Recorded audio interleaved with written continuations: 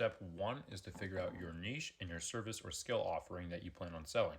So if you're niching down, that means picking realtors, roofers, law firms, or videographers, or content creators, whatever it may be. If you're a videographer and you're starting a video agency, then perhaps you only work with content creators like YouTubers and TikTokers, or maybe you run with realtors instead and you do videography for realtors, doing like home listings and all that sort of stuff. If you're like me and you do Google Ads, maybe you only work with roofers or law firms or e-commerce. By niching down, you really just simplify things and make it much, much easier for you to scale your business and your agency and really just kind of, I guess, hone in and lock in and just get it done rather than working in like 40 different niches and it just becomes a headache. Same goes for the skill or service you plan on selling. You kind of want to niche that down as well, meaning don't offer Google and TikTok and Meta ads, perhaps only offer Google ads or only offer TikTok ads or only do videography.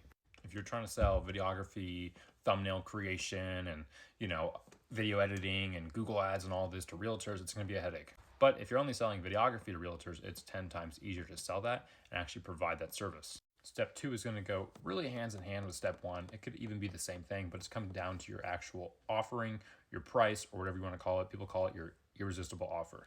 An irresistible offer is really just a no-brainer offer. You've probably heard the term 100 times.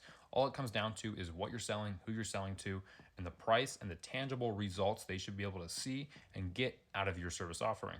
So if you're selling Google ads, you don't just throw on a sticker and say, yeah, $1,000, I'll do your Google ads. No, you want to actually attach some sort of tangible like results or performance with it, right? Say, I'm not just doing your Google ads, I'm setting up and managing your Google ads, your conversion tracking, your landing page, and at the end of it, you're going to get 40 to 50 qualified leads a month.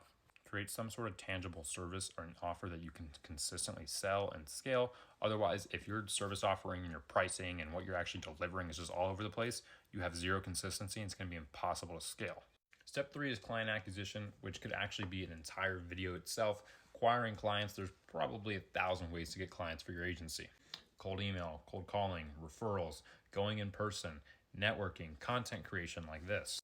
There's really just an endless opportunity and way to get clients, especially here in 2025, but find what works for you. Try everything. I did cold calling. I hated it. I did cold emailing. I got a couple clients from it. And fast forward today, I found content creation and referrals and providing free value, free content to people about my niche, about my service. It's what works for me. I make videos about Google ads, running Google ads and all that good stuff. In return, I get people who are interested in me running their Google ads. Don't overcomplicate it. I know it's incredibly hard to get your first client. It took me like probably 6 months, but once you get that first client and you find what works for you, it just keeps snowballing and it's a blessing. Great, now you have your niche, you have your service or your skill, you have your first client.